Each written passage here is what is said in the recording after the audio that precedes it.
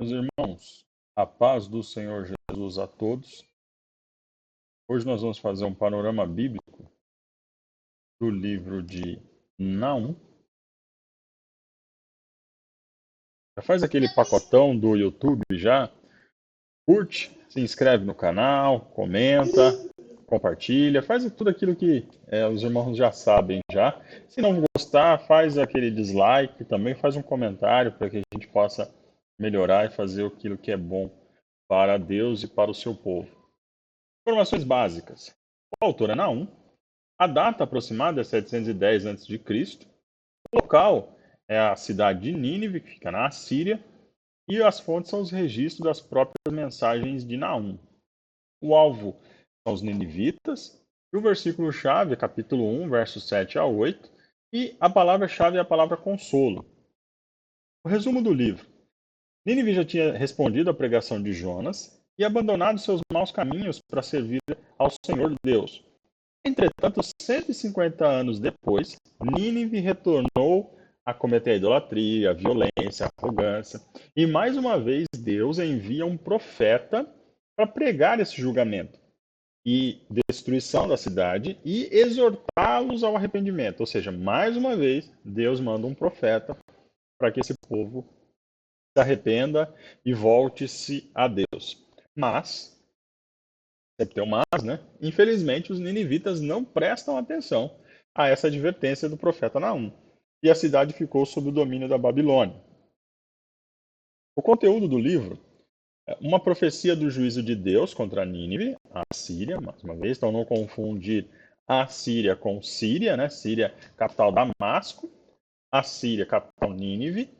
E por essa opressão e crueldade e idolatria que esse povo cometia, aí concluindo com o anúncio da destruição da cidade. Então o conteúdo do livro é esse, sobre a destruição da cidade de Nínive.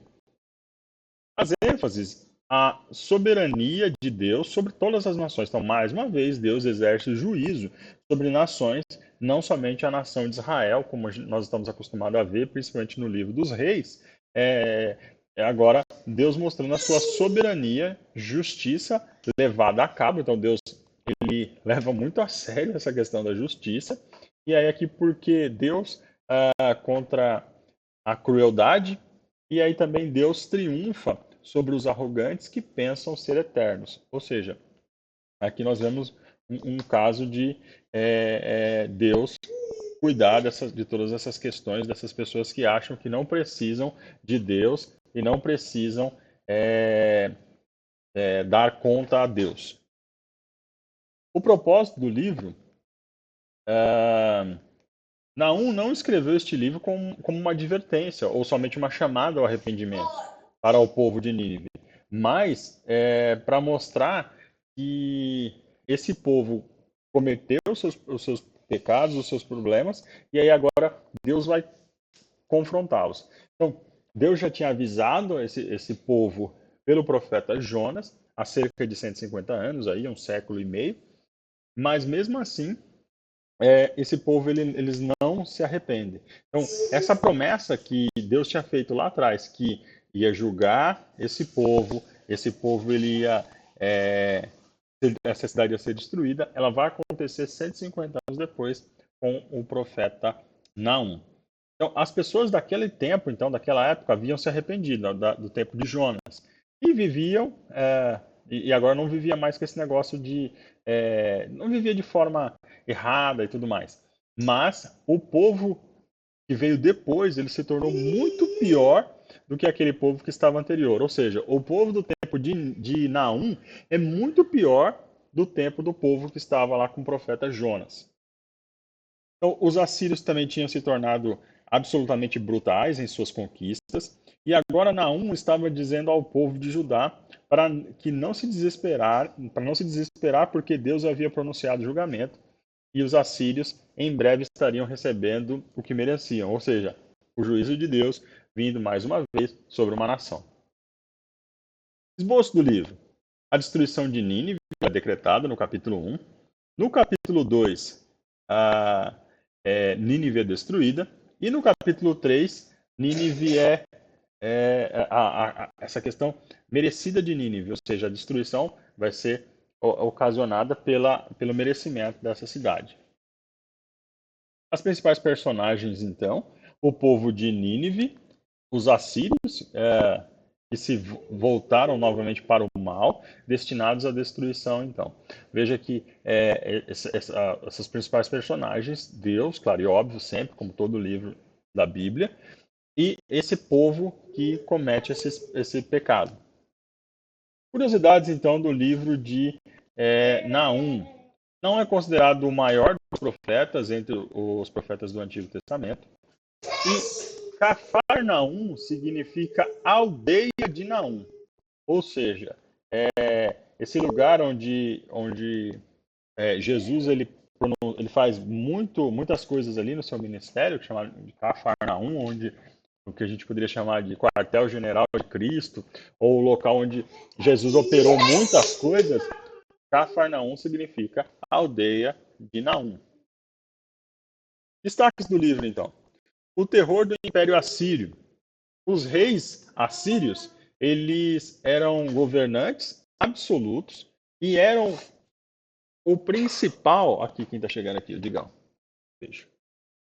Eles eram os principais representantes, então, do deus Azur, além de ser também o comandante do exército, né? Então, esses reis assírios, eles tinham esse status de endeusamento, como os egípcios tinham, como todos os povos antigos. E eles habitaram a terra dos antigos sumérios e acádios e seguiam o código de leis desses ancestrais. E Nínive é a capital desse império. Então, eles eram um povo muito cruel com seus prisioneiros. Então, a Assíria aqui, eles tratavam os seus oponentes, os seus adversários, com muita crueldade, para que os povos vizinhos eles não quisessem duelar com esse povo. Então, eles eram um povo extremamente cruel. Diferente dos tempos de Jonas, em que o governante de Nínive se voltou para o Senhor e o arrependimento que alcançou essa cidade toda, no contexto de Naum, Nínive, esse conceito agora com a cidade de Nínive, surgiram líderes que se voltaram contra o Senhor. Então, sob o comando desses líderes, que se ergueram a partir da segunda metade do século 8 a.C., a Síria tornou-se então poderosa e expandiu, dominando toda a região conhecida como Crescente Fértil, ali no mundo antigo, né? Inclusive, eles vão dominar Israel em 722 a.C. Então, esse povo, eles dominam toda uma região, essa chamado Crescente Fértil aí do mundo antigo. Ainda a prática e a expansão dos assírios era uma conquista. Eles tinham essa conquista militar, eles duelavam, né, eles guerreavam e conquistavam os territórios. A destruição do território, então, dominado, eles faziam isso, dominavam um território, destruíam tudo, e havia também a separação e divisão dos habitantes por diversas regiões do império, a fim de estruturar toda a forma de resistência pelos povos dominados. Ou seja, eles dominavam, aplicavam crueldade com esses povos, destruíam parte das cidades, dividiam também, mandavam para outras cidades. Então, por exemplo, eles conquistavam o lugar A e também o lugar B, eles misturavam esses povos para que esses povos não se erguessem novamente e conseguissem reconquistar a cidade. Era uma questão de estratégia. A ira do Senhor, então, dos exércitos, Naum anuncia a destruição desse império cruel, representado por Nínive. Entretanto, levando em conta a data adotada nesse estudo, Israel teve que esperar mais ou menos cerca de 100 a 150 anos para que Nínive fosse totalmente destruída pelas mãos dos babilônios. Ou seja, também tem um tempo aqui para que aconteça aquilo que tinha sido determinado pelo Senhor. Então, nesse evento histórico, se comprova a soberania de Deus sobre as nações pela ação de Deus anunciada por Naum.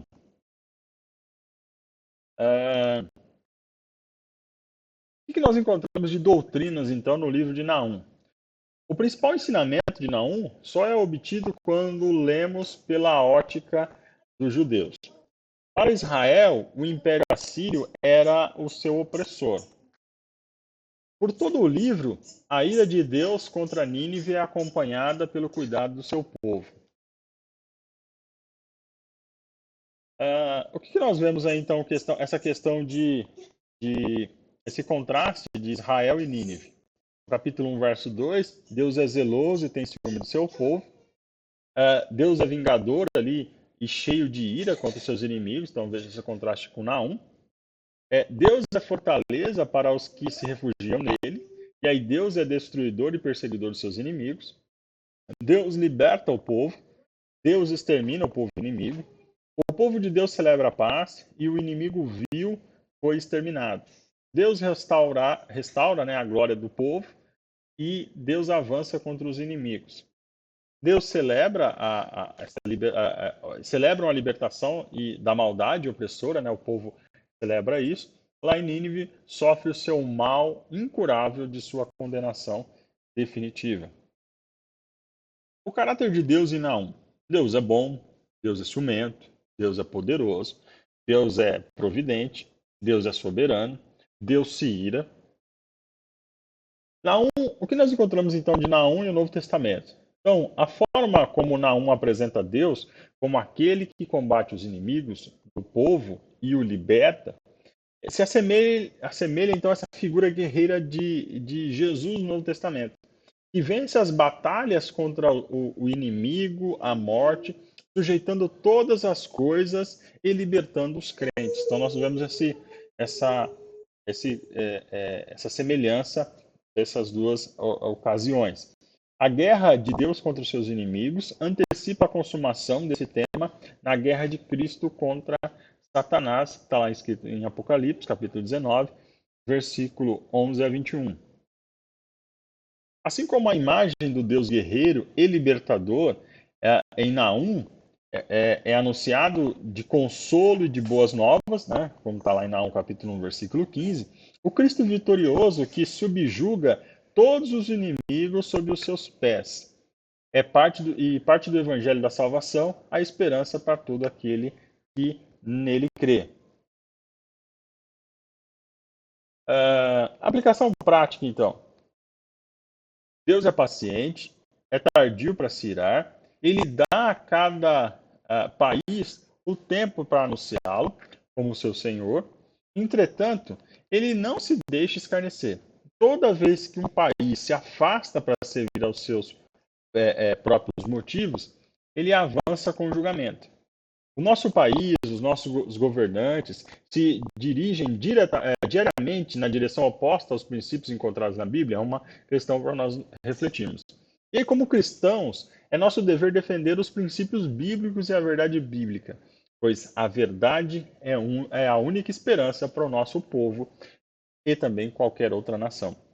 Ou seja, nós devemos aplicar tudo isso que nós encontramos aqui no livro de Naum na nossa vida também cotidiana, por isso que é uma aplicação prática.